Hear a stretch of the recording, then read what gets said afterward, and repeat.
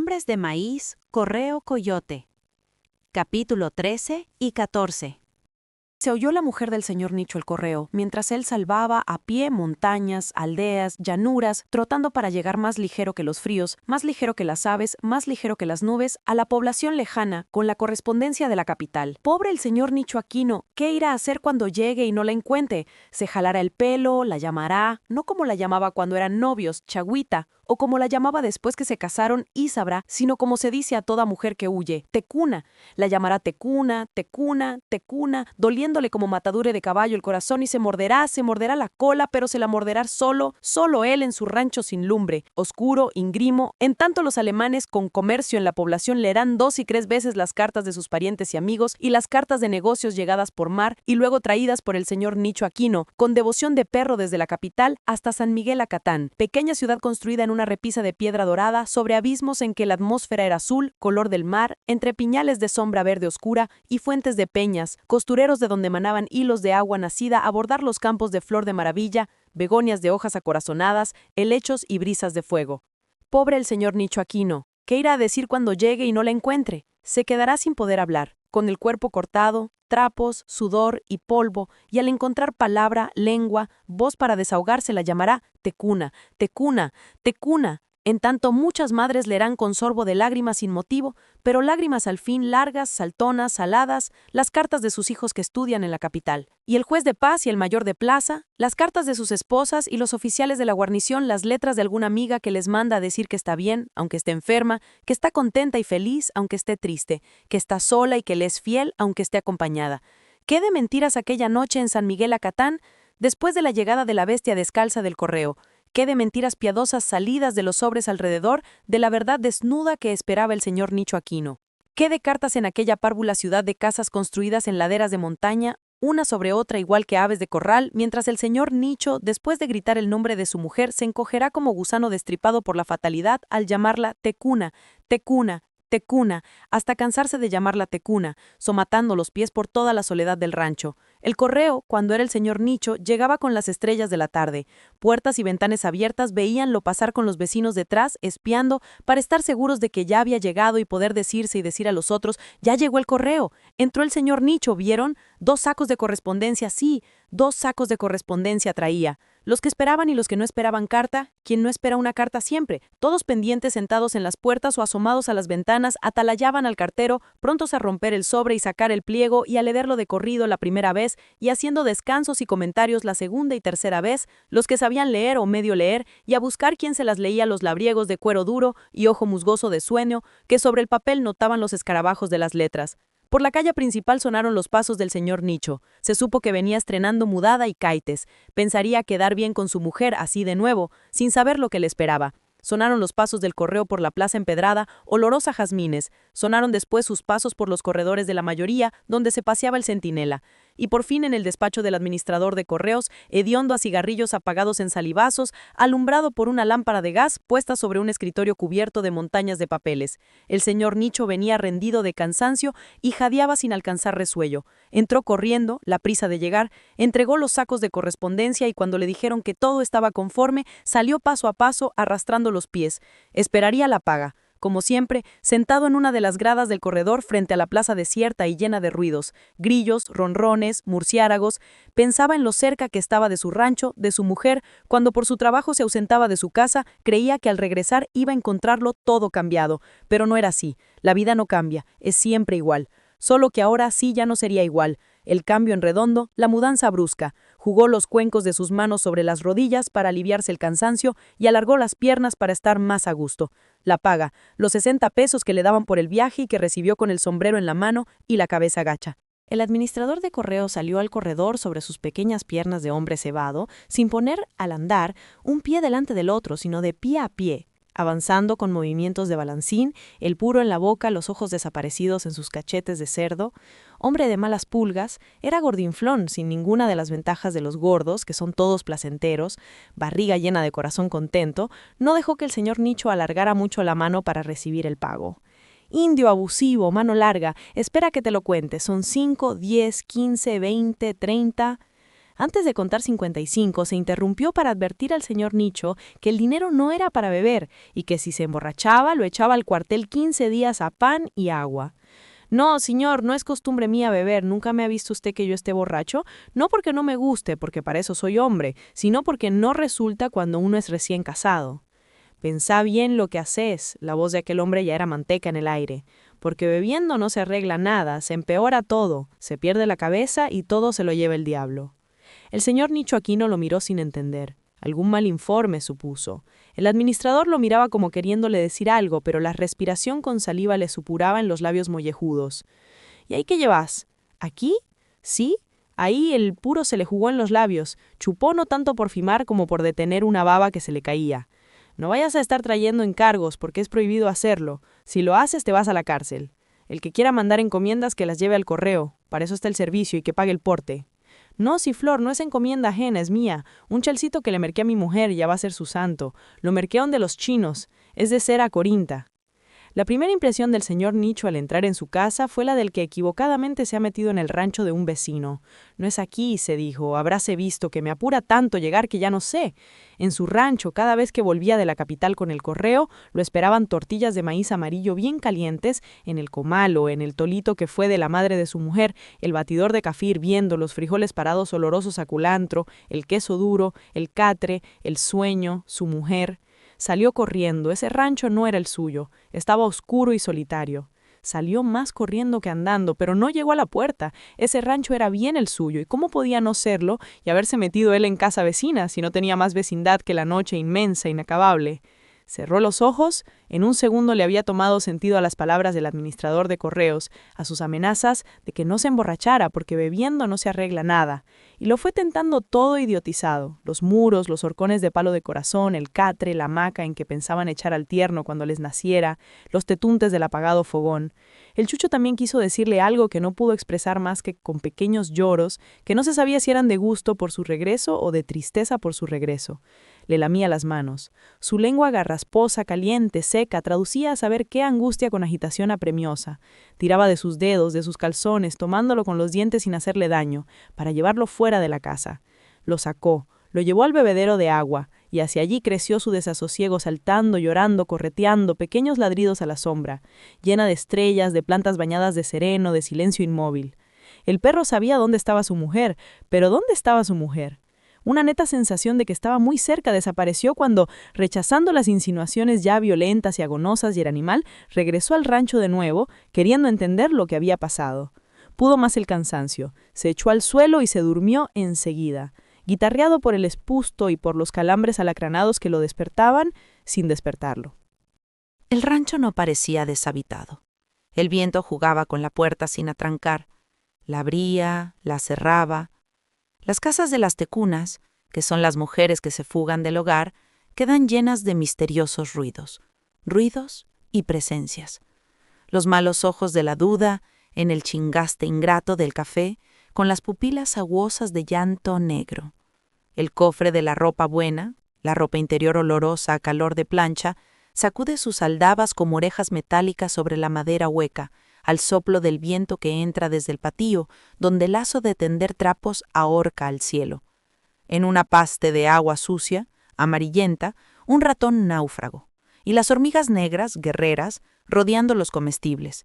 Rosarios del mal ladrón, entran y salen afanosamente a los graneros, a la cocina, fuera de las taltuzas mazorqueras, instaladas de una pieza en la casa de las tecunas, y los pajarracos que graznan de alegría, y los fantasmas de perros que olfatean, invisibles, solo sus pisadas se oyen, el tufo ameado de la eternidad en la vejez de las cosas abandonadas, polvo y telaraña, hasta que un buen día irrumpe en medio de tanta ruina, de tanto albido abandonado a orillas del sueño de la muerte, el brote lujurioso del horcón de palo de corazón, abanderado al que siguen los brotes de las semillas asentadas en lo que fue techo de paja, ventana o puerta, y sobre el cascarón del rancho empieza a germinar la vida, a florecer la tierra, porque la tierra también es semilla que cae de las estrellas, y nadie, ni los viejos, vuelve a recordar la tragedia de la tecuna, la ciega mujer que viste un traje de frijoles negros, lágrimas de luto. Nicho Aquino despertó con la fuerza del sol. Se sacudió la mudada nueva que había entrado estrenando para que lo viera su mujer, puesta sobre la ropa vieja, tiesa de sudor y polvo, por camisa y calzón de manta blanca.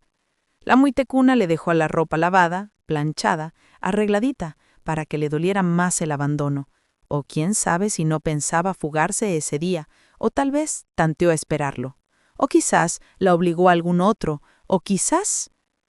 De blanco, vestido de indio, para pleitear más vale indio que ladino, el indio esterco de Vadino Rajón, desechando suposiciones, no hay nada más deseado que los celos. Llegó a la mayoría de plaza. Por todo era mejor poner en conocimiento de la autoridad. Que muerta la encuentren, que la encuentren, se decía y al compás de sus pasos, más que muerta la encuentren, más que muerta la encuentren, más que muerta. En los cabellos peinados con agua, llevaba fijo olor de ruda, el bigote en 2 escobillas pitudas sobre las comisuras, la nariz chata, caído de hombros como botella. Le recibió la queja el secretario de la mayoría, un viejo militar con galones de capitán y cara de los que crucificaron a Dios. Al terminar el señor Nicho, mientras hablaba le daba vueltas al sombrero de petate, le dijo el veterano de apalear gente, moviendo las arrugas de su cara agria fruncida, que se dejara de quejas y babosadas, que buscara otra mujer, pues para eso había en el mundo más mujeres que hombres. Y añadió: con otro se debe haber ido, con otro mejor que vos, porque las mujeres siempre andan viendo cómo mejoran de condición, aunque estas mejorías son como las mejorías de la muerte. Alguno le calentó la cabeza. ¿La cabeza?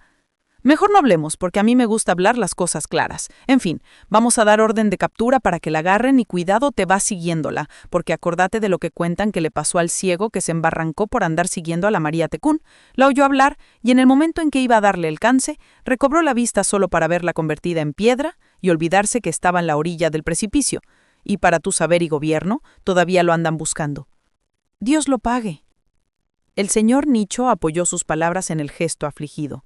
Dios no paga deudas ajenas, y ve si te me quitas de enfrente o quitas esa cara de mártir que ponen los maridos babosos, porque ella, muy tecuna será, pero el baboso ¿quién es? Del portal de la mayoría, donde encendió un cigarro de tusa oloroso a higo, agrado de su mujer que sabía alujar como ninguna, tosar el tabaco al buen modo de antes, cernirlo y hacer el cigarro de uña y uña, bajó a la plaza, atravesó las tiendas del mercado, pasó frente a la escuela entre los chicos que salían a almorzar siempre a las 11 y se coló en la tienda del chino. ¿Compras?, le preguntó al chino, desenvolviendo un paquetito para mostrarle el chai. El chino, congelado en el silencio, entre las moscas, sacó la mano, tomó el plumero y lo pasó por el mostrador de vidrios. El pelo negro como mancha de tinta china sobre el cráneo lustroso, la cara vacía de expresión, el cuerpo sin bulto humano. Por fin le contestó: ¿Lobado? Robada será tu cara, chino estornudo de tísico, recurgió el chai del mostrador. Quería deshacerse de él por algo más que recobrar su dinero, a donde el chino entró temblando. Quería deshacerse de él porque materializaba en seda de color de sangre un agrado amoroso a quien menos lo merecía. Recogió el chai de una manotada y sin envolverlo, salió hacia la tienda de los alemanes situada al costado de la iglesia, braceando para darse ánimo, aunque él decía que para llegar más luego. Abran campo y anchura que va el chai de su hermosura, gritó a unos arrieros sus conocidos que estaban desargando bultos de mercadería a la puerta del principal almacén de San Miguel, y fue directamente a ofrecer el chai a don Féric. El bávaro lo volvió a mirar con sus profundos ojos azules, techados por espesas cejas pajizas, y de un bolsillo del pantalón sacó al pulso lo que Aquino pedía por el chai. Estaba haciendo cuentas, y se lo dio sin recibir prenda. Agradeció a aquel, insistiendo en que se quedara con el chai, le daba lástima dejarlo ir en el río o romperlo en 1000 pedazos. Pero don Féric, por más que le necio, no quiso saber nada. Los arrieros, sus conocidos, cuando salía le escondieron la cara. Ya tenían el ronrón del suceso y mejor no verlo. Hablaron cuando ya no podía oírlos. Policarpo Mancilla, el más viejo y farsudo, acarreó a duras penas un bulto pesadísimo hasta la puerta de calle, y dijo: «Mucha, ayuden», dijo sudando al dejarlo caer de sopapo. «Solo la tela de que cargan ustedes hacen. Desvinjado voy a parar a causa suya. Ya siento que se me abre la cintura cuando hago tamañas fuerzas. No ayudan. Botando la baba como si nunca, se le fue la mujer y ya estuvo. Mete la mano vos, pitoso», dijo otro de los arrieros. «Me le quedé mirando por lástima que me da, la gran puerca con las mujeres, y Dios quiera, dicí vos, Policarpo, que no vaya a disponer irse trastumbando tras ella, porque esa babosa tecuna lo embarranca. ¿Y vos creyendo? ¿Descabezado? Ya vislumbro lo que te pasa por la cabeza, que la tecuna, su mujer, se lo va a ir llevando hasta la cumbre de María Tecún, y llegados a la cumbre, a lo más alto de la cumbre, ella lo va a llamar con cantadito de paloma, jirimiqueándole para que se le acerque, la perdone y hagan otra vez el nido con plumitas y besitos. Viejadas de pico de comadre, porque lo mero cierto de todo eso que te estoy contando y que todo mundo repite, es que el hombre que en viuda de Tecuna no sabía ni la pérdida. Se remite a buscarla y en buscarla para darse ánimos chupa para no perder la esperanza, chupa para olvidarse de que le está buscando, mientras la busca chupa de rabia y como no come se engasa, y engasado la ve en su delirio, oye que lo llama y por quererla alcanzar, no se fija dónde pone los pies y se embarranca, toda mujer atrae como el abismo. Este higario ya puso cátedra, para sermonear no tenés precio, carga fregado, sos arriero, no sos profesor, Dios guarde moreno, eso de profesor es como pedir limosna, bultos más pesados y todavía dice mercadería fina, cargo, pero no me lo trago como decía el indio. ¿Y eso qué es?, intervino Policarpo Mancilla. Carga y habla, porque se pueden hacer las dos cosas al mismo tiempo, solo que vos, como es con alemanes y visajes, yo digo que vos, Hilario, hubieras estado bueno para payaso. El indio, aquel que se estaba muriendo y a quien el padre cura con 1000 dificultades porque vivía muy lejos, le llevó el viático. Como el camino era muy trabajoso, el cura perdió la hostia y al llegar al rancho, no encontrando otra cosa así delgadita que darle al enfermo, agarró una cucaracha y le quitó un ala. El indio en las últimas, boqueando, mientras el tata cura a la orilla del Tapexco le decía, ¿crees que este es el cuerpo de nuestro Señor Jesucristo? Sí, cree, contestaba el indio. ¿Crees que en este pedacito está su santísimo cuerpo? Sí, cree, repetía el indio. ¿Crees en la vida eterna? Sí, cree. Pues si es así, abrí la boca. En ese momento, el indio apartó la mano al padre y dijo, cree, pero no me lo trago. El bávaro sonrió. Sus ojos azules, las montañas azules, los cielos azules, en contraste con los arrieros prietos como sus arreos, coraza de cuero curtilo sobre el pecho adornada con tachuelas doradas, alguna con viejo bordado de lana, chaquetines de mangas con flecos, sombreros de ala basta con barbiquejo, tapojos sudados. Al salir de la casa conventual, el correo, a quien el padre Valentín llamaba por buenote y bayunco, familiarmente Nichón, el sacerdote separó las manos que había mantenido beatíficamente trenzadas sobre su pecho, se santiguó y estuvo andando en la salita que le servía de escritorio y despacho, confortable por el petate del piso, tendido sobre serrín, lo que lo hacía más acolchado, y con cierta desolación por lo desnudo y alto de sus paredes. El consuelo de la religión tarda en llegar a los infelices abandonados. No hay para ellos conformidad posible. El demonio los bandea y dan mal cabo de sí. El que ve a su mujer muerta, parece mentira, se conforma más fácilmente. La muerte trae la dulce paz de la segunda vista, allá en el cielo, mas el que la sabe huida y se ve viudo de un ausente, solo encuentra consuelo en perder los sentidos y perderse él. Todo sea por el amor de Dios. Se había detenido frente al escritorio, barnizado alguna vez de negro, ahora cenizo como sus cabellos, para sacar de un cajón con llave su almáciga de notas, como llamaba un diario que llevaba en infolio, y anotó el nombre de Isaura Terrón de Aquino, entre las víctimas de la locura llamada vulgarmente del laberinto de araña. Ya antes había escrito y ahora releía. De las picadas del laberinto de araña, picadas dice el vulgo, se sabe poco y mucho se padece en esta mi parroquia, pero así la vamos pasando, y otro tanto ocurre con los urdimientos de los nahuales o animales protectores que por mentira y ficción del demonio creen estas gentes ignorantes que son además de sus protectores su otro yo, a tal punto que pueden cambiar su forma humana por la del animal que es un nahual, historia esta tan antigua como su gentilidad. Se sabe poco y se padece mucho de la picadura del laberinto de araña, como apuntado he, por ser frecuentes los casos de mujeres que enferman de locura ambulatoria y escapan de sus casas sin que se vuelva a saber de ellas, engrosando el número de las tecunas, como se las designa, y el cual nombre les viene de la leyenda de una desdichada María Tecún, quien disto motiste con andar de araña por maldad que le hicieron, maldad de brujería, y echó a correr por todos los caminos, como loca, seguida por su esposo, a quien pintan ciego como el amor. Por todas partes la sigue y en parte alguna la encuentra. Por fin, tras registrarla cielo y la tierra, dándose a 1000 trabajos, óyela hablar en el sitio más desapacible de la creación, y está la conmoción que sufre en sus facultades mentales que recobra la vista solo para ver, infeliz criatura, convertirse en piedra el objeto de sus andares en el sitio que desde entonces se conoce con el nombre de Cumbre de María Tecún. Personalmente, de corrido siguió el padre Valentín Urdáñez releyendo su almáciga de notas, con sus pequeños ojos de buitre muy propios de todos los Urdáñez. Personalmente, al hacerme cargo del curato de San Miguel Acatán, visité la Cumbre de María Tecún, y doy testimonio de lo que por varios motivos sufre el que se aventura por allí. La altura fatiga el corazón, y el eterno frío que a mediodía y a todas horas reina, duele en la carne y los huesos. En lo moral, descuartiza el ánimo del más valiente el silencio. 3 sílabas de una palabra que adquiere aquí, como en el polo, toda su grandeza. Silencio debido a la altura, lejos del mundanal ruido, y más que todo a que en la niebla estática y fugitiva no se aventuran pájaros ni aves, y la vegetación, por lo empapada, parece muda, espectral, bañada siempre por una capa de escarchas o peregrinas lluvias. Pero esta sensación de mundo muerto que da el silencio va acompañada de otra no menos aflictiva. Las nubes bajas y las espesas nieblas borran la visión circundante, y es entonces uno el que siente que se está quedando ciego, a tal punto que cuando se mueven los brazos apenas se ven las manos, y hay momentos en que buscándose uno los pies no se los ve, como si fuera en una nube ya convertido en ser alado. Cierra el cuadro la vecindad de los abismos.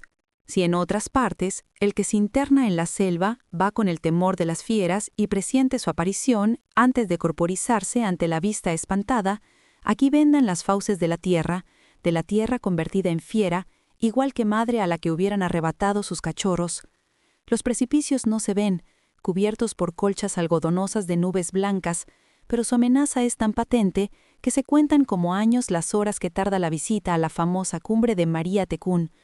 Sin autorización de mis superiores jerárquicos, por inspiración de la Santísima Virgen, Nuestra Señora, llevé lo necesario para bendecir la piedra, y debo aquí decir bajo juramento que, al terminar la bendición, sin motivo aparente, las cabalgaduras que llevábamos se patearon entre ellas, relincharon y mostraron los ojos desorbitados como si hubieran visto al demonio. Ahora escribiré lo que por boca de los nativos he sabido sobre lo que llaman locura de laberinto de araña. Es un delirio ambulatorio provocado por los malojeros o brujos. Para provocarlo, estos traidores a la fe católica extienden sobre una esterilla o petate fino polvo rojo de tiste, negros granitos de chían, blancor de harina o azúcar de mascabado, miga de pan, miga de tortilla, polvo de rapadura prieta o de guapinol o de cualquier otro alimento o condimento, salvo la sal, por ser del bautismo. Extendido el polvo, de un bucul o jicara, sacan un puño de arañas de grandes patas, gigantonas, y las azuzan con soplidos para que éstas corran por todas partes, como locas, sobre el alimento espolvoreado, alimento o condimento que al quedar rubricado por las huellas de las arañas enloquecidas, se proporciona a la víctima, la cual es asaltada por el deseo de escapar de su casa, de huir de los suyos, de olvidar y repudiar a sus hijos, a tal grado invierte los sentimientos naturales este maldito brebaje. Pero el mal no anda solo, suele ir acompañado de lo peor. Los hombres a quienes abandonan las picadas, dice el vulgo, pero es más propio decir tocadas del laberinto de araña, se descorazonan para el bien, quedan como árboles que pierden la corteza que los defendía de la intemperie y sin la brújula del buen amor buscan la bebida o el amancebamiento, refugios vanos del pecado que lejos de tranquilizarlos, más los desazonan, y de los que escapan en busca de la tecuna, agasajados siempre por la esperanza de encontrarla, agasajo que se convierte en lágrimas. Por ser creencia popular que traídos a la cumbre de María Tecún, ven reproducirse a sus ojos en aquella piedra que fue mujer, la imagen de la mujer que les abandonó la casa, la cual empieza a llamarlos, todo para que el enamorado, ciego de amor, se precipite el feliz encuentro y no vea a sus pies el barranco, o Siguán, que en ese mismo momento se lo traga. Al final de cada nota, la firma, Valentín Urdáñez, presbítero, y muchas más tenía escritas, sin pasar en limpio, en borradores que eran verdaderas nebulosas, sobre un mal que bien pudo ser el de Don Quijote, andante caballero que aún sigue andando, porque con él Cervantes descubrió el movimiento continuo, como le escribía a un amigo académico, mofándose un poco de sus ingenuidades de cura de pueblo y dándole como remedio para las tecunas, tocadas de picadura de araña, y maridos abandonados, leer la leyenda del Minotauro. Apartó la almáciga de notas para tomar su breviario. El nahualismo. Todo el mundo habla del nahualismo y nadie sabe lo que es. Tienes un nahual, dicen de cualquier persona, significando que tiene un animal que lo protege. Esto se entiende porque, así como los cristianos tenemos el santo ángel de la guarda, el indio cree tener su nahual. Lo que no se explica, sin la ayuda del demonio, es que el indio pueda convertirse en el animal que lo protege, que le sirve de nahual. Sin ir muy lejos, Este nichón dicen que se vuelve coyote al salir del pueblo, por allí por los montes, llevando la correspondencia, y por eso cuando él va con el correo, parece que las cartas volaran, tal llegan de presto a su destino. Movió la cabeza ceniza de un lado a otro. Coyote, coyote, si yo lo agarrara, le quemaba el fundillo como a tío Coyote. El correo entró en la fonda de la Aleja Cuevas. La desesperación no lo dejaba en paz. Estuviera donde estuviera le trabajaba aquello de ¿por qué se habrá ido? ¿Qué le hice? ¿Qué no le hice? ¿Qué le dije? ¿Qué no le dije? ¿Qué le pudo? ¿Qué no le pudo? ¿Con quién se juiría? ¿A quién querrá ahora? ¿Estará mejor que conmigo? ¿La querrán como yo la quise? La quise no, la quiero no, la quise. Porque aunque la quiero ya no la quiero. A falta de Dios, el aguardiente es bueno. De la calle se tiró al interior del estanco como a una poza sombreada. La fondera, de preciosa carne bronceada, ajorcas en las orejas, hablaba de codos sobre el mostrador de zinc con un fulano. Lo vi entrar, sin fijarse en él, pero le dijo, ¿qué trae allí, don? ¿Chay es eso? Y dirigiéndose al fulano, que casi le soltaba el aliento y el humo del cigarro en la pechuga, añadió coqueta, vaya, que ya tengo novio para que me lo obsequie, porque si no son los novios, ¿quién? Los maridos luego creen de que uno le va a miquear a otro si le compran algo así bonito. No es para vender, cortó el señor Nicho, poco en seco, acercándose al mostrador a que le sirvieran el primer trago. Se lo bebió con ansia. Yo creí que lo vendía, que lo había traído para vender. Es un regalo, y lo que se compra para regalar no se puede vender, ni se debe, ni se necesita. Pues encuentra a la persona a quien se lo traía y me hace el favor de dárselo. Plomoso, lo andaba vendiendo por nada allí donde el chino. Si lo piensa feriar, hacemos trato, porque no me va a decir que lo viene a empeñar por un trago, terció el fulano sacándose la mano con sensación de vacío de la bolsa de su pantalón acampanado. Disculpe que no le acceda en la oferta, pero es que no está de venta. Pues si no se puede vender lo que se compra para regalar, regálemelo, propuso la Aleja Cuevas. Por ser color que me luce es que me gusta y quisiera quedarme con él, pero si no se puede, no puedo, sino con mucho gusto, ¿a quién mejor que a usted, joven y bonita? Hasta mis flores me está echando. Lo que le prometo es traerle a otro igual, igualito, del mismo color. Dentro de unos días me toca salir de nuevo para la capital, y se lo merco, si quiere como si quiere de otra clase, como quiera. ¿Quedamos en eso? Sí, había el par donde yo merqué el mío, y donde el chino entré a preguntarle si era fino. Yo creí que a venderlo. Y el muy bruto, en lugar de contestarme si era de buena clase, me preguntó si era robado. ¿Cómo no le torteó la cara? Es un reabusivo ese chino. Deme otro mi trago. No me dé vuelto de billete. Échelo en guaro. ¿Qué fiesta andará celebrando? Es lo que yo digo. Y no con vida. La celebra solo. Yo digo que no es fiesta sino velorio. Rióse de él mismo con risa de jirimiqueo. Y si me aceptan, los convido yo. Porque cuando uno es pobrecito como yo, todos le desprecian. El labio tembloroso, febril y húmedo de aguardiente. Celebren conmigo lo que ando celebrando, pero se toman el trago. Caramba, no todo el tiempo es de jocotes. ¿Vos te apuntas? Preguntó la fondera al fulano. No, para mí es muy temprano. De día, el trago me sabe a remedio para dolor de muela. Más ese que tú te estás bebiendo, dijo vuelto hacia la Aleja Cuevas. ¿No te gusta mi anisado? Pero si te lo untara en la yeta con mis labios, no te disgustaría. Gustarme no, disgustarme tampoco. Tan acostumbrada estoy a los desprecios, Canelo, que las caricias me ofenden. Salud, por el señor Correoca, ni sé cómo se llama, y porque como las golondrinas, esas no volverán. El señor Nicho se quedó prendido al ruido de las moscas. El fulano se había ido y la fondera le llevaba la conversación desde la trastienda, pero no hablaban, estaban siempre como queriendo hablar. La conversación de la presencia, de la compañía, para que no se sintiera solo, como el güey con su tazo, al ir pescueceándose la botella que compró para no molestarla con el servicio de los tragos sueltos. Pero a decir verdad, la conversación, de la presencia, aunque a lo mudo, es fatigosa, porque hay que estar siempre con el gesto amigo, en actitud de estar atento a lo que el otro piensa, y si la Aleja Cueva se la llevaba, no era por su linda cara, sino por el chay corinto, bordado, que ya no le parecía lindo, sino divino.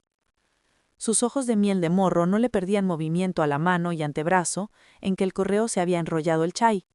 Para él, en su enamoramiento, como si lo llevara así, yendo el resto en los hombros y espalda de su chagüita terrón de cosa dulce, que lo apretaba y apretaba. Alzó la voz y habló hacia lo que, fuera de él, era como otra realidad. Dirigióse a la fondera. No le invito a libar más porque está ocupada. En sus quehaceres, pero si gusta ya sabe que aquí lo tiene. No se lo deje decir 2 veces si le cae bien. Voy a echarle sal al caldo y salgo con usted. Se me está haciendo simpático, por fino. Nunca habíamos hablado. Yo lo veía pasar, sabía quién era, y hasta recuerdo que una vez para la feria nos saludamos. ¿Se acuerda? Todos me conocen, yo agradezco. Con decirle que personas que se indagan en qué fecha toca que yo lleve la correspondencia a la capital, y hasta entonces mandan sus cartas, sobre todo las cartas que van con dinero, con fondos. Y por lo mismo, don, si me quiere recibir un consejo, no está bueno que esté tomando tanto, porque si lo ven bebido ya no le van a confiar, y además corre peligro que lo arresten y hasta le den en el cuartel una soapaleada. Muy peligroso es que un hombre como usted chupe así, por botella. ¿Se ha puesto a pensar en lo que significa perder la confianza del pueblo? Perder la confianza de los extranjis que cuando usted sale, mandan sus cartas para donde están sus familias, pasando la mar y sus conchas, de los pobrecitos que pagan los sellos con sacrificios, de los que están enfermos y esperan que al recibir la carta que mandan con usted, seguramente por lo seguro, vengan a buscarlo sus parientes, para curarse, de las madres que les cuentan a sus hijos sus alegrías, sus penurias, las esperanzas que tienen cifradas en ellos, de los maridos o las esposas, las novias o los queridos. Jejeje, soltó el correo una risa con ruido de culebra cascabel en el agua. Esas cartas solo mentiras dicen. Pero todo eso, bueno y malo, verdad y mentira, se va con usted, como su sombra, de este rincón perdido en las montañas.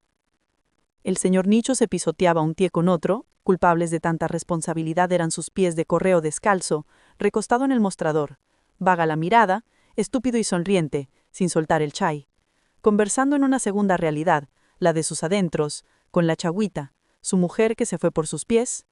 Pies para que te quiero, pies andando, pies, pies. Yo te voy a ir siguiendo, decía para sus adentros. Estés donde estés, te encuentro. No me llamo Nicho, Dionisio como me llamo, si no doy con vos. Yo digo que con el casamiento, el amor por vos se me solapó, y hasta ahora con la pena lo estoy sintiendo de nuevo. Me arde, me quema, me duele. Sin vos me estoy volviendo la misma babosada de antes, en que no era nada, porque era hambre solo, y un hombre solo no luce, no merece, porque la mujer es la que le da el ser al hombre cabal. La fondera, que no le quitaba los ojos al relumbre sangroso del chai, más vivo cuando le pegaban los rayos del sol que entraban oblicuamente por la ventana que daba luz al estanco, rezongó. Bolo baboso, ya se está poniendo necio. Solo por eso quitaba yo esta mi porquería de negocio, por lo necios que son los borrachos, y brutos hasta decir no más, solo burradas hablan. Sacó la voz que en el rezongamiento se quedaba en la trastienda, para decirle de nuevo, no le conviene estar chupando así, doñ. ¿Y a usted qué le importa? ¿Eso me saqué por quererle evitar? A mí nadie me manda, si nadie lo está mandando. Un padre y una madre tuve, y ya están enterrados. Deme otra botella y cállese el hocico. No sea tan lamido, oye, malcriadote, porque llamo a la autoridad y se va preso. Liso, Dios sabe por qué tiene los sapos bajo las piedras, y por qué lo rejó su mujer, zanganote. Nichoaquino ya no oyó lo último. Se había querido recostar en la pared, la vio cerca y se fue de espaldas. La cueva salió a la ventana para ver si la calle estaba algo sola. Ni un alma. Un chucho, y hasta por allá estaba durmiendo en una puerta el cojo de la cuetería. Cerró la puerta del fondín con pasador y tranca, entornó bien la ventana, y en la media oscuridad empezó a querer desenrollar el chai del graso del borracho. Le abría suavemente la mano, como si le hiciera cariño, y poco a poquito se lo iba. Aquel se daba cuenta y retobaba, cambiando de postura. Ella lo dejaba para luego empezar la faena con más primor y por otro lado. Volvía el correo a moverse, a zafarle el brazo, a protestar. No chivan, fregar, qué amoladera, nada, no, qué jocotear, si es mío, por bien todavía, pero por mal primero muerto. Aleja Cuevas al oírle hablar le acercaba la boca a la cara y hacía chu, chu, chu, hasta que volvía a dormirse. Pero se cansó y teniendo el arma a mano, convenía ganar tiempo. Fue al mostrador y sacó un embudo. Estaba puesto en la boca de un garrafón. Y con el embudo se trajo hacia donde el correo estaba tirado una garrafa del peor aguardiente. El señor Nicho apretó los labios cuando ella, como quien le saca los menudos a una gallina, le metió los dedos en la boca para separarle los dientes. El embudo dio contra la dentadura, sangrándole las encías, resquebrajándose hasta quedar medio a medio de la cavidad bucal. Como matar culebra, pensó la Cuevas, y así lo hizo. El borracho se ahogaba con la garganta insuficiente para el paso del líquido, pero había que darle sin parar. Varias veces intentó defenderse con los dos brazos y una mano, porque con la otra mantenía agarrado el chai. Momentos que la fondera no dejó de aprovechar para arrebatarle la preciosa prenda, aunque sin resultado, porque éste, entre dejarse arrancar lo que tanto, al parecer, quería y defendía, y ahogarse, se ahogaba. no sin intentar, en el ansia del ahogo y del vómito, sacarse el embudo de la boca moviendo la cabeza de un lado a otro, sin conseguirlo, ya que el final del embudo lo tenía lindando con el galillo. Se vació la garrafa y la Cuevas lo dejó en paz. Había que esperar que la bebida le hiciera efecto, que se fondeara por completo. Abrió la puerta, después de ordenarse las ropas y el pelo, sacudirse algunos hilos de las barbas del chai que le brillaba en la enagua, y quedó a la espera, en la trastienda, haciéndose la desentendida. El caminar de un patacho y gente de a caballo que se detuvo la hizo asomar al mostrador. Eran los arrieros. Descargaron donde Féric y venían a quitarse el olor del camino con cerveza. A ella le cayó re mal, pero qué remedio. Sucedió como dijimos, este nicho se vino a poner la gran riata. Mírenlo cómo está, como coche se quedó tirado. Siquiera lo hubiera hecho con gracia, con guitarra. Vos, Porfirio, que tenés fuerzas, levántalo, dijo otro de ellos, el que entró trasito de Hilario. Pobre, se hizo perjuicio en la boca al caerse. Seguro que lo levanto, es mi amigo, y aunque no fuera, es prójimo. No pesa nada, muchacho, por eso va tan ligero con la correspondencia. Para mí que es verdad que se vuelve coyote al salir del pueblo, y por eso las cartas, cuando él las lleva, llegan que vuelan. Así dijo Hilario mientras Porfirio se agachaba a levantar al señor Nicho, ayudado por otro arriero. «Mucha», dijo este, «por el lado parece muerto, tiéntele la cara, ¿cómo está de frío?» Los arrieros le aproximaron a los cachetes y a la frente el revés de las manos tostadas y terrosas. Hilario le agarró las orejas y le frotó la mano en que no tenía el chai, porque la otra seguía como una garra rígida prendida al pedazo de seda refulgente. «¿Y eso para qué lo traería?», intervino la fondera, de muy mal humor, refiriéndose al chai. «Pobre para su mujer», le contestó Hilario, mirándola y casi interrogándola con los ojos a qué se debían esos malos modos. Bien sabía ella que no era fácil zafarse de los muchachos cuando regresaban de viaje, y que tampoco les podía decir, «no vamos donde la Leja», ¿por qué no? Porque aunque fuera acompañado, él era el primero que quería ir, no por la cerveza, por verla. Y lo peor, dijo Porfirio, es que además de estar hecho un hielo, se le está queriendo parar el corazón, se le sienten los pulsos. Aquí ya casi no le siento nada. Lo mejor es avisar. Corre vos, siquiera por aquella carta de buenas noticias que te trajo ahora un año. Ya, vos, no acabaste. Porfirio, voy a ir a avisar a la mayoría. Pídame una cerveza negra. Ya saben que yo estoy criando. Mañas, y bebétela, que hay tiempo. Hay más tiempo que vida. Y el enfermo de Guaro no puede enfriarse más. Ya está puro hielo. No, mejor voy. Si el favor se hace bien. Favor hecho a destiempo no es favor. Y como por favor voy, porque no me están pagando. Pobre el señor Nicho. Hasta se turnió. Salió hablando otro arriero, Olegario de nombre. Seguro que se le trabaron los ojos. Ancina sería el zumpancazo. ¿Cómo no se quebró? Digo yo. Vos decí todo lo querrás, Porfirio. Nadie te lo impide, pero trata de sentarlo bien y tenerlo, porque si no lo tenés vos, se vuelve a caer. Bien dicen que hay un Dios para los bebidos. La fondera, mientras tanto, limpiaba y preparaba los vasos, sin dejar estar el copal que masticaba y tronaba en sus dientes nerviosamente. Alineó en el mostrador las botellas de cerveza y detuvo en masticar para decir, desentendidamente, pero con segunda intención, un Dios y todos los ángeles. Y han de estar ustedes que yo ni cuenta me di que se había caído, porque estaba allá dentro en mis cosas. Me entré a fregar los trastes y cuando salí y no lo vi, dije, se debe haber ido el señor Nicho, y mejor porque ya estaba menudeando mucho. Se acabó como quien no dice nada, 2 botellas de pura blanca. Con eso cualquiera se cae.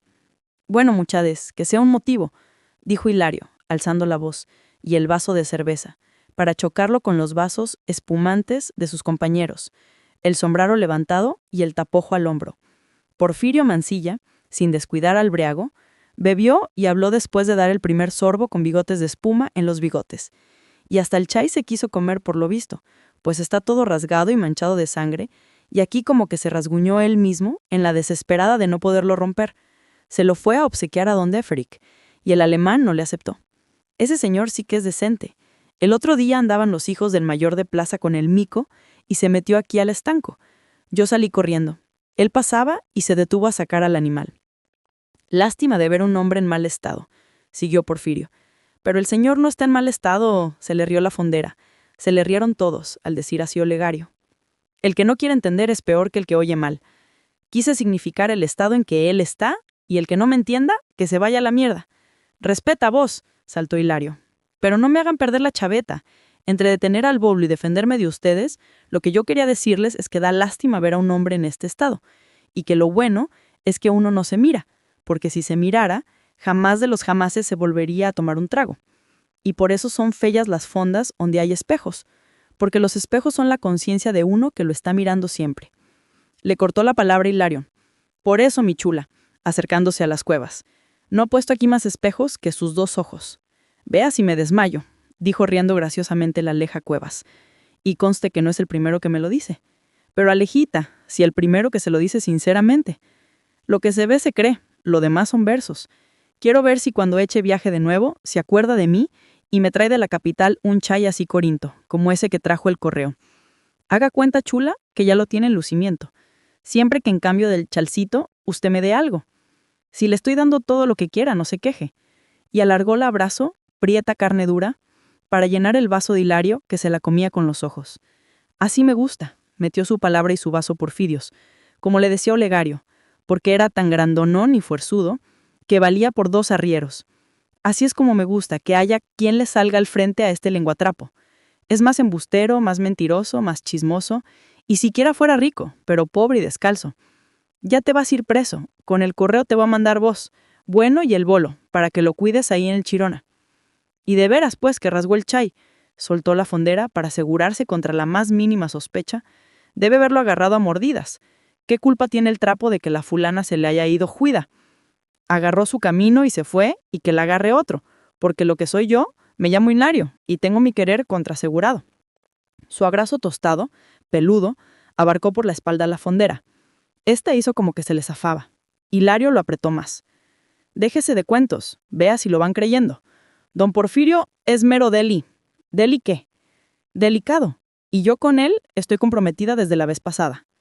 Pero no me cumplió. Así son las mujeres. Y lo dejo libre para que se comprometa con Hilario, se casen y hagan fiesta el día del casorio. Ese día les ofrezco que me embolo del gusto como se emboló este señor Nicho. Hilario es soltero, solo que no le garanto las ganancias, niña Aleja. Más vale un buen casado que un mal soltero. Bebida de araño le deben de haber dado a la mujer del señor Nicho. Habló otro de los arrieros, por hablar, porque él solo había estado bebiendo y escupiendo. Este colocho es el que me gusta cuando habla, porque es crédulo y nadie le saca de la mollera que el tiste con andar de araña es el que hace a las mujeres perder el juicio de la casa y salir a enloquecerse al mundo. No piensa que el tiempo ha cambiado y que ahora las tecunas ya no les dan su aliciente como antes, con andadito de araña, para que agarren mal camino, sino hilo de carrizo. ¿No entienden? Yo sí entiendo, contestó la fondera, mientras Hilario seguía. Las arañas patanconas que ponían nuestros abuelos a correr en el polvorete que les daban a las mujeres se acabaron, y ahora son arañas de coser. De mal modo la fundera se le fue del brazo a Hilario. Hizo con los hombros el gesto de «¿qué me importa?» y sirvió otros vasos de cerveza. Estos mis compás, vos, Porfirio, ve que se te cae el señor Nicho. No entenderán nunca lo que yo hablo. Les explicaré. El piquete del laberinto se ha modernizado. Ahora tecunean a las mujeres las agentes de las máquinas de coser, calentándoles la cabeza. ¡Qué aburrido el sermón!, exclamó la Aleja Cuevas. Echaba chispas por los ojos contra las indirectas de Hilario. «Sabes mucho vos, cállate», advirtió Porfirio. «Tienes muchas fuerzas vos, mejor me callo». ¿Y qué? Salió la fondera, barajando lo dicho por Hilario. A don Porfirio le llevaron alguna fulana detrás de una singer. Son bobadas de este que se mete a hablar lo que no sabe. Disimuladamente la Aleja Cuevas se pasó la mano por el pecho, como charrangueando una guitarra. Significaba a Hilario, con esta seña, que se alegraba de la respuesta que, por ella, interpretando su pensar, le dio Porfirio Mansilla. Y mientras se charrangueaba el pecho, dijo: «Y a propósito, uno de ustedes me contó que había conocido a un tal Nelo que vendía máquinas de coser y que dejó su nombre escrito con navaja en un árbol de por aquí cerca. Este Hilario debe ser porque, a quien no conoce, con quien no se mete, y que no sabe, parece que la gente se confesara con él». «¿Nelo? Nelo. Ah, jijiripago. Lo que es no haberse rozado con gente extranjera, para ustedes que era un indio tisudo como nosotros, se llamaba Neil. Hilario interrumpió su explicación. 4 soldados al mando de un cabo entraron a sacar al correo Nicho. «No está muerto», dijo uno de los soldados. «No», contestó Hilario. «Lo que está es que está Bolo». «Bolo muerto», agregó el soldado al tocarlo. El cabo de entrada se pegó al mostrador y dijo 1 trago en fila de 3. La fondera llenó 3 copas. Así pedían siempre los del cuartel, para no desacreditarse. 1 trago en fila de 4 eran 4 copas. 1 trago en fila de 5, 5 copas. Y así fila de 6, fila de 7 y hasta 7. Porque, pasando de este número, decían 2 tragos fila de 4, que eran 8. O 2 tragos fila de 5, que eran 10 copas. Pero eso sí, sabían beber. Le conocían el retopón al aguardiente para saber aguantarse o retirarse a tiempo. No como este pobre Nicho, que hizo la fiesta del indio. Adornó la casa, preparó los cohetes y al ir a buscar el licor, se lo bebió y se quedó botado. «Permita, no, permítame la guitarra», dijo Hilario a la fondera, nalgas anchas, casi arrebatándole la botella con que le iba a servir más cerveza. «Que a mí me gusta sin mucha espuma». «Sin o con». Ella le fijó los ojos, atesorándolo. «Sin», contestó el arriero guapetón, jugándole las manos para arrebatarle la botella, que al fin le quedó a él. ¿Ni agradece que le iba a servir yo? No, Alejita, porque yo soy de los que tienen la vida en un hilo de amor. Bueno, don Palabras, síganos contando de ese Sunelo. Neil. Pues Neil. ¿Y qué quieren que les cuente y para qué? Por contar hay muchos en Chirrona, solo que me dé licencia Porfirio. Vos pidiendo licencia para chalaquear y a mí, como si fuera tu padre, más que mi padre. Bolo debes de estar. Eso es, Hilario escupió. Llámame Bolo a mí, prestituta a la señorita, y habla mal del gobierno y te llevan preso. No digo, Hilario, que sos bruto para hablar. Yo te quiero decir, ya me lo estás diciendo, yo te quiero y yo también te quiero a vos. Pero no quiero que insultes a la gente y menos a la Aleja, porque ella qué culpa tiene de tener estanco. Nos vamos, propuso Olegario, fumando a grandes bocanadas de humo bajo el sombrero quemado de mugre, porque es de que yo ya me cansé de estar parado. Donde las prietas se sienta uno. Váyase usted solo, se voló la fondera. Váyase, que ahí sí le van a dar su araña salada. En el silencio que sobrevino, entre las caras de los arrieros, cuando estos hombres se ponían serios, se miraban feroces. Pasó la noticia de que al correo hubo que llevarlo al hospital porque estaba grave, como envenenado. Yo no creo en máquinas de coser, retopó el arriero de pelo crespo, al que llamaban Colocho, que se la tenía guardada la espina y pensaba responderle a Hilario. Yo soy a la antigua, creo en el piquete del laberinto de araña, y más creo en vista de lo que estamos viendo. A la Isabra Aquino la salaron, y a este le dieron toma de la otra vida. Vaya uno a saber las venganzas. Yo por eso rezo, porque de los amigos que uno sabe que son sus enemigos, se defiende igual bailándoles la jícara y metiéndoles zancadilla al mismo compás. Pero de los que uno está ignorante, solo el poder de Dios para contrarrestarlos. Salieron todos juntos, en puño, mientras la Aleja Cueva se mordía los labios de la cólera, lívidos y afilados como cáscara de piñuela, bien que les sonriera al cobrarse la cuenta, para no dar sus lástimas al desprecio. Y se fueron, risotadas, arengas, silbidos sobre tren de patas de machos, a seguir la parranda donde las prietas, prietuchas, prietotas, una venta de aguardiente y chicha que estaba como juilín de río, según el Colocho, y donde más embriagaba el pasar del río triste que la bebida. Capítulo 14. Un silbido insistente, insinuante, incisivo, como si en aire quedaran los dientes delanteros vibrando. La noche sin haber llovido parecía mojada. Las ramas de bambú balanceadas por el viento mocetón barrían con escobas de rumor más suaves que plumeros el silencio del monte, en las orillas de la población, hacia el camposanto. Se me hizo que eras vos, tu silbido. Y tardaste. Qué bárbaro si estás todavía con la boca húmeda de silbar. Dame un besito y déjate de embromar. Qué sabroso decirte vos. Se me hace tan extraño tenerte que llamar usted ante los muchachos. ¿Me quiere mi vida? Mucho, ¿Pero qué es eso de me quiere, me querés? Y a ver mi hocico, sabroso. ¿Otro? A mí se me hace que el amor de tú y de usted es menos amor que el amor de vos con chachaguate y todo, porque vos ya me estás echando chachaguate. Hacele, viejito, para eso soy tu propiedad legítimo. Y mal portada. Eso es usted, mal portada. Pero no me trates de usted, se me hace tan extraño. Habrá que irse acostumbrando. Y ya suspiré, y es que estoy triste. Duele que mientras uno anda ganándose el medio, la que su cariño se dé la grande con otro baboso. ¿Corrieron a decírtelo? No es que corrieron, es que yo lo presentía. Por corazonadas se saben las cosas cuando está ausente uno. La sombra del bambú los acercaba, mientras en intención iban alejándose, cortando sus ataduras amorosas. Ella, llena de cuidado, le tomó la cabeza con cariño y clavó sus misteriosos ojos muy profundamente en los ojos abiertos del arriero que estaba llorando. «No seas bobo», le decía al oído.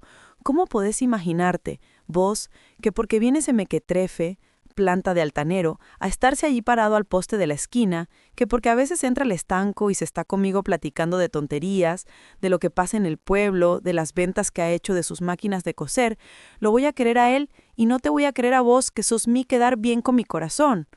Y eso que te tengo el sentimiento de que me ves cuando están los arrieros, tus compañeros, como petate. Hasta me afiguro que te da vergüenza que sepan que sos mío. Ah, porque eso sí, Canelo, mucho te puedo querer, adorarte, morirme por vos, ser tu sometida, lo que vos querrás, pero si te da vergüenza mi condición de fondera y por lo mismo me ninguneás ante los otros, con no volvernos a ver está arreglado. El amor a la fuerza apesta, y peor cuando lo quieren a uno ver de menos. Los hombres como yo no lloran, murmuró el arriero parlanchín, oloroso a guaro y al olor de los guayabos que rociaban el rocío nocturno que bañaban sus hojas retostadas en forma de pequeñas pringas de llanto de árbol. Los hombres como yo no lloran, y si lloran, lo hacen como los guayabos que primero se agarran con todas sus ramas a retorcerse, quemados por dentro de la pena, tan quemados que hasta el palo se les ve colorado, y segundo, lloran cuando están bolitas. No te voy a decir que no es cierto, pero también lloran cuando el corazón les avisa que los están traicionando, porque solo quedan dos caminos: infelizarse matando al rival o hacerse de la vista gorda fingiendo indiferencia, matando la vergüenza. Déjame, me molesta que me hagas cariños que le haces a otro. Ve, Hilario, no seas tan rebruto. Que estés con tus cervezas en la cabeza no quiere decir que... Mi muchachito bravo, mi quisquilincito. Ya te dije que... Suéltame el brazo, suéltame la cara. Por vida tuya, no sabía qué favor me hacías al quererme. Y ve, si fuera verdad que te estoy haciendo lo que tú imaginas, porque eres muy idiota, y solo por eso lloraran los hombres, crecerían los ríos como en invierno, porque no te estés creyendo que todas las mujeres son como yo. Me pesa el decirlo. Callaron. Se veían juntitas las luces encendidas del pueblo, juntitas y separadas como ellos. El zacate mojado de sereno les enfriaba las posaderas. Hilario miraba al cielo, ella arrancaba las puntitas de los zacates que le quedaban a distancia de su mano trigueña. Lo que pasa, siguió ella al rato de estar callados, es que amores nuevos y de la capital son mejores que amores viejos de pueblo. Y es bonita, contá, tiene bonito pelo, debe ser de ojos lindos. Lo que quiero saber es a qué venía ese tipo quedarse horas enteras en el estanco, a falta de pasar su cama. A que le diera el sí. Hilario se quedó mirando, hizo el intento de levantarse, pero ella le retuvo. Pero yo siempre le dije que no. Y a que le diera la seña. ¿Qué seña?, rugió Hilario. De amor la verdadera seña. Riendo con todos los dientes echaba la cabeza hacia atrás para que el aire le besara el pelo. No seas bobo, la seña del enganche de la máquina que me quieren vender. Hilario se acomodó de nuevo junto a ella, entre contento y serio. Plomoso, sos vos, chucal, marrullero. Bien sabías que ha estado viniendo ese fulano a ofrecerme la máquina, a bandearme con que se la compre, que me la da a plazos, que no es mucho lo que se paga, que haciendo costuras la máquina se paga sola. Y lo sabías porque echaste tu indirecta hoy en la tarde. Dirás que no me fijé cuando dijiste que ahora ya no se les da polvo con andar de araña, sino máquinas de coser. Pero no solo a eso debe haber venido. ¡Qué casualidad! Tienes mucha razón. Un día resultó trayéndome un par de gringas más feas que hombres, pantalonudas. Simpáticas el par de mujeres, interesadas en averiguar la vida de ese mister que vos conociste y escribió su nombre con navaja en un árbol de por aquí cerca. Como yo no sabía, se fueron como vinieron, salieron por donde entraron, sin escribir una sola palabra en sus cuadernos. Eso sí, debieron chicha hasta empanzarse. Curiosi, decían, y se zampaban los vasos de chicha como si fuera agua. Después me pidieron que querían beber en Huacal. Más tarde el alboroto en el pueblo. A una la botó un caballo, la arrastró y por poco la mata. Vos es el que sabes la historia de ese hombre misterioso. La sé, pero no la cuento. Es mi secreto. ¿Y yo para qué quiero saberla? Sé que se llamaba Nelo, que a vos te llamaba Jobo, como yo te llamo Canelo, que puso su nombre en un palo y ya está. De vez en vez, entre el gotear del rocío, fragmentos estelares de un reloj de mínimas cristalerías rotas en minutos sonaban, al caer en tierra alfombrada de hierbas, los mangos, con un sonido amortiguado, como si a cada cierto tiempo cayeran para marcar las horas desde las ramas de árboles materialmente embrocados por el peso de los frutos. Poch. Sonaban al caer los mangos, seguía después la cristalería del sereno ninutero, y al rato, poch, poch, poch. Hilario Zacayón era muy chico cuando vino a San Miguel Acatán un comerciante recomendado a su padre. El viejo Zacayón anduvo para arriba y para abajo con este señor y regresó diciendo que se llamaba Nío y que era vendedor ambulante de máquinas de coser. Al día siguiente, Nío vino a casa de los Zacayón y estuvo jugando con un chico, que era Hilario. Hilario lo miraba y lo miraba. Luego, lo tentó, le tentó la tela del pantalón y la amistad fue sellada con una moneda que el señor Nío puso en su manita y un beso oloroso a tabaco en su cachete. Ya de grande, Hilario oyó a su padre hacerse lenguas de la bondad e ilustración del señor Nío cuando aconsejaba a sus hijos que no juzgaran nunca a las personas por lo que aparentaban y los trapos que vestían.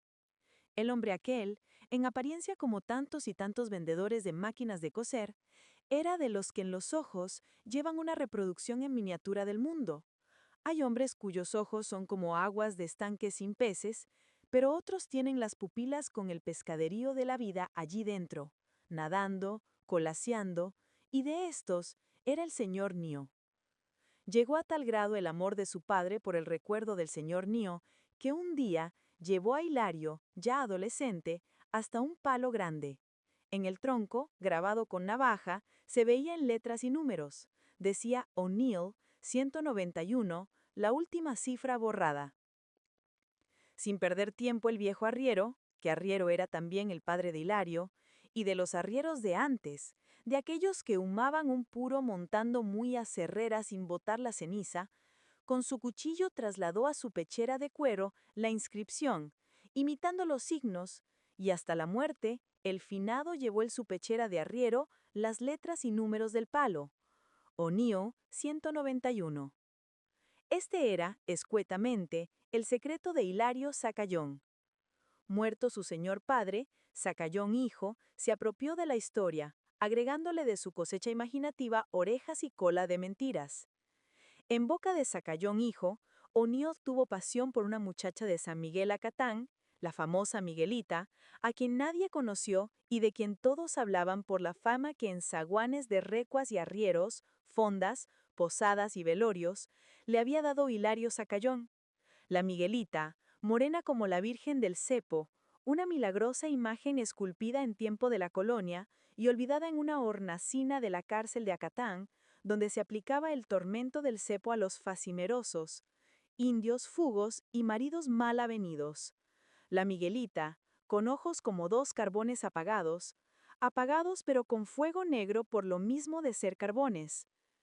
Camanances en los carrillos, cintura de acerola, boca de rosicler de moras, pelo de burato negro, la Miguelita, que no correspondió al amor desesperado de Nío porque ella nunca lo quiso. Hilario le llamaba simplemente Nío y la gente poblana Nelo. Él la quería y ella no. Él la adoraba y ella, por el contrario, lo detestaba. Él la idolatraba. Neil le dijo que se iba a dar a la bebida, y cedió. Le dijo que se iba a tirar al mar, y se hizo marinero. Ahogó en el azul del mar su pena morena, con la misma pipa que fumaba ante la Miguelita. Sus ojos azules, su pelo bruño, su cuerpo de gringo de brazos largos. Hilario Zacayón no podía con su conciencia después de una parranda. Lo que inventaba. Pero ¿de dónde le salía tanta verda para ir colocando las palabras, las frases, los giros dolorosos y sarcásticos, derechamente, como si antes que él lo contara en sus borracheras, ya hubieran estado escritas, puestas como debía ser, igual o mejor que si efectivamente todo aquello que él inventara hubiera pasado ante sus ojos? Se quedó escondido en su casa al día siguiente de su encuentro con la Leja Cuevas, porque con los compás arrieros siguió la juerga donde las Prietas, y en su gran papalina contó muchas cosas más de los amores de Neil y la Miguelita. No tuvo valor para salir a la calle, pero en su casa, en su rancho, estaba la presencia de su padre, el cual desde los muebles y rincones, pero sobre todo desde su pechera de arriero, le reclamaba haberle robado la historia de su vida. Más tarde, acallando remordimientos, consideró su ingratitud como una forma natural del hijo para anular al padre, es decir, para sustituirse al padre, y hasta vio al viejo Zacayón complacido porque lo saqueaba en forma tan artera, contando como suyas las historias del progenitor. Luego, para callar más sus remordimientos, le echaba la culpa al licor. El guaro suéltala sin hueso. No sabe uno lo que dice, habla por hablar. Además, cabía devolver a su padre lo que por hablantín le robaba siempre que estaba encumbrado. Iría y contaría que todo lo del señor Unido era referencia de su viejo, pero reflexionando, en este caso el remedio resultaba peor que la enfermedad, porque era colgar al viejo herriero que en paz descanse sus embusterías. Prometió, como siempre, no volver a hablar de Nío ni de sus amores con la Miguelita de Acatán, aunque lo picaran los amigos para que soltara el resto, porque así empezaba la cosa. Hilario tenía un resto que contar. Por eso, cuando las gringas interesadas en tomar datos sobre la vida de O'Neill volvieron al pueblo, Hilario Zacayón no pudo hablar. Estaba en su juicio, y en su juicio no hablaba de Neil ni de la Miguelita. Llevó a las gringas al pie del palo grabado para que tomaran la fotografía. Les mostró la pechera de su padre. Les dio vagas referencias de sus recuerdos de chico, todo sujeto a la verdad, igual que si hubiera estado declarando en un juzgado. Las gringas, sin embargo, algo sabían de la historia de la Miguelita, morena como la Virgen del Cepo, alfeñique con anís de gracia, los pies como cabezas de alfiler, las manos gordezuelas. Pero Zacayón se contentó con oírlas, vanidosamente, sin pronunciar una palabra. Las gringas, antes de marcharse, le dejaron un retrato del señor O'Neill, un hombre célebre. Hilario lo vio y lo escondió. Era horrible, chelón, flaco y desgastado. No podía ser el borracho jubiloso que se murió de sueño, porque lo picó una mosca en uno de sus viajes, el que le dejó a la Miguelita de recuerdo una máquina de coser que en las noches se oye después de las 12 campanadas del cabildo. ¿Quién no la ha oído en San Miguel Acatán? Todas las noches, el que después de las 12 campanadas del cabildo se detiene a ir, escucha que cosen con máquina.